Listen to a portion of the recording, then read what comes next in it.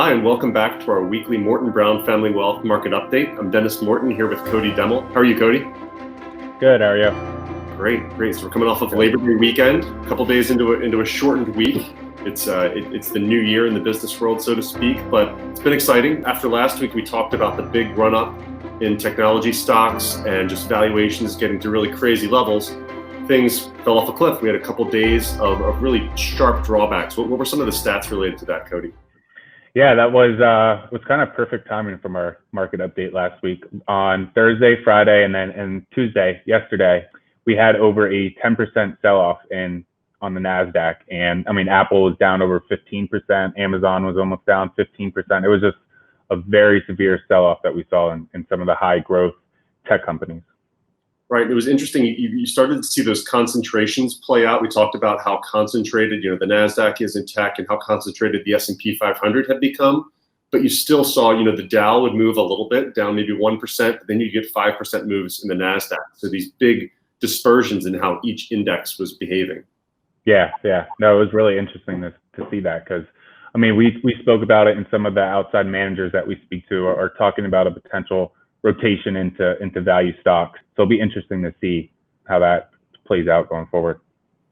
Yeah, and it's we talked about the narrative before that these companies are still good companies. They're still going to make money, and Tesla's still going to change the world with electric cars or whatever they're going to do.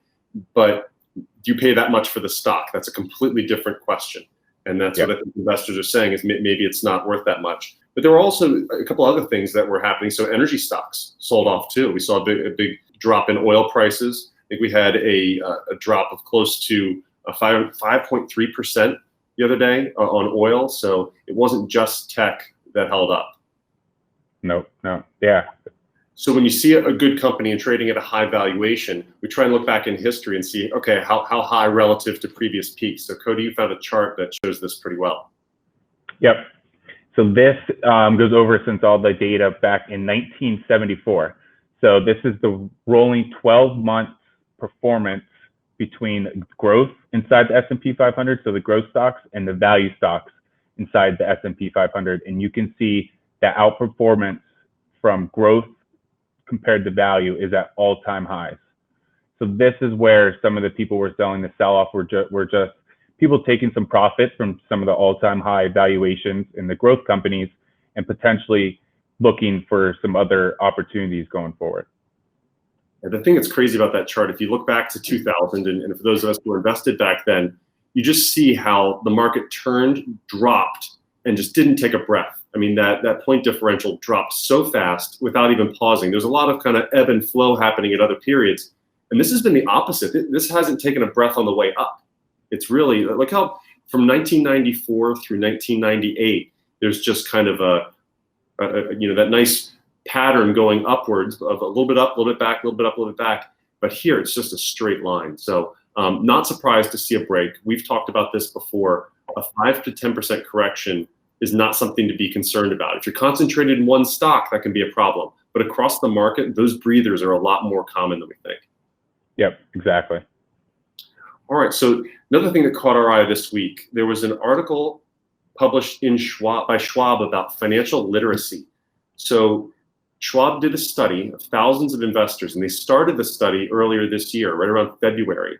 And they asked a question, if in a high school curriculum typically consisting of math, science, social studies, English, how many people would like to see a financial literacy curriculum?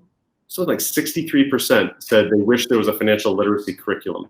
Well, the funny thing was Schwab put this survey out, then the pandemic hit, and they thought, wow, I wonder if people are less concerned about that, more concerned about it. They redid the survey a couple months later, post-pandemic initiation, and it was like the same number, 63%. Like that, it did not change in the order of priority for people because they're still thinking about money, right? What did you see in that piece, Cody?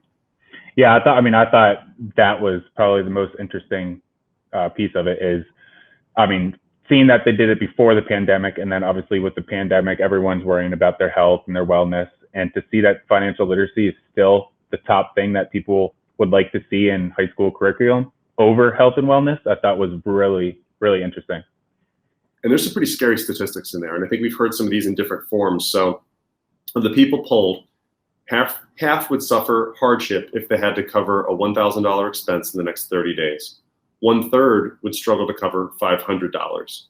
And I think, a lot of them said they wish they had learned more about saving and investing beforehand because they feel like they've kind of been playing catch up ever since. What about the contribution to just social wellness there, Cody? I thought that was a great stat too. Yeah, that definitely was. 89% of the people thought that it contributed to social inequalities, financial literacy. I thought that was really interesting. Yeah. So at the end, the recommendation, the plea from the author of the study is that we, model better financial behavior and teach our children, how to make financial decisions, or at least have conversations about money early on. But then also that educational institutions and businesses start to incorporate financial literacy and financial education in there. We work with families all the time. It's hard enough to get spouses talking about money sometimes.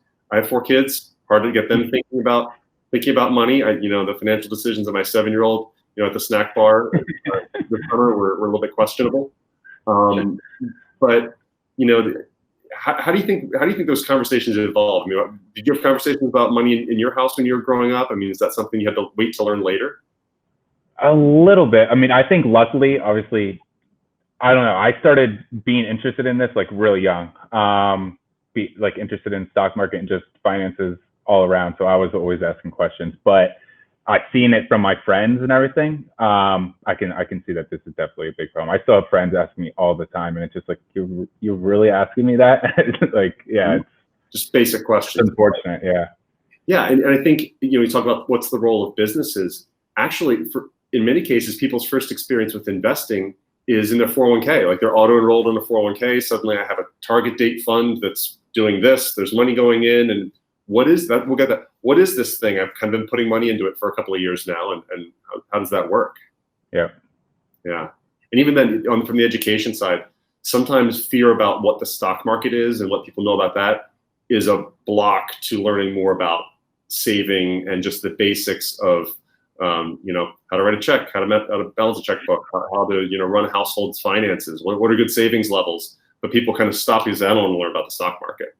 Yeah, exactly. An obstacle. All right, so the last thing I want to talk about today, I'm going to introduce you to one of our favorite writers who actually has a new book out. His name is Morgan Housel, and Morgan Housel wrote an article last week on his blog for the Collaborative Fund, and it's called Save Like a Pessimist, Invest Like an Optimist. A great premise for this, because the whole idea is that pessimism and optimism can exist inside our heads side by side, that they're not mutually exclusive. And his thought process is this.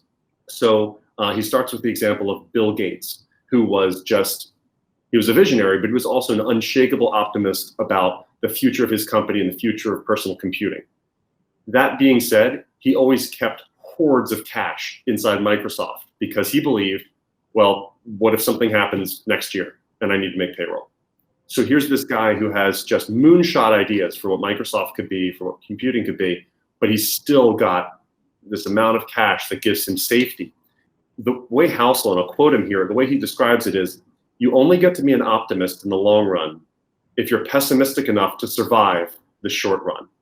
So having that amount of cash, and he was on a podcast recently where he said, I do this personally. I keep enough cash so that I can weather just about anything that could come without having to take my money out of the stock market. Because if I have to take it out, then I've just disrupted my long-term plan. So what did you pick up in this article, Cody? I think it was the last statement I thought was great. He goes, you need to be able to survive short-term setbacks and disappointments in order to enjoy long-term progress and compounding. I just thought that right there says everything. Yeah, and it even talks about the relationship to a pandemic or something like this. I think we're all kind of joking about floods, fires, murder hornets, whatever it might be, whatever the next thing is to come. He gives an example that there's a lot of different kinds of 100-year events. There's 100-year hurricanes, 100-year forest fires, you name it. And when you start spreading it out, it's not that that a calamity happens every 100 years. Is that there's probably a 1% chance of something happening every year. So the odds are that something probably will. So you have to maintain that clear-eyed pessimist view to say something could happen, and don't put all your eggs in one basket. The optimistic side is he talks about progress being cumulative. For thousands of years, we've just made incremental steps as a species to make life better. People have always been trying to work to make life better. And if you believe that people are still going to be working to make life better a year from now, 2 years from now, you're probably an optimist, and you probably can invest for the long term. And this brings it back to the saving and investing.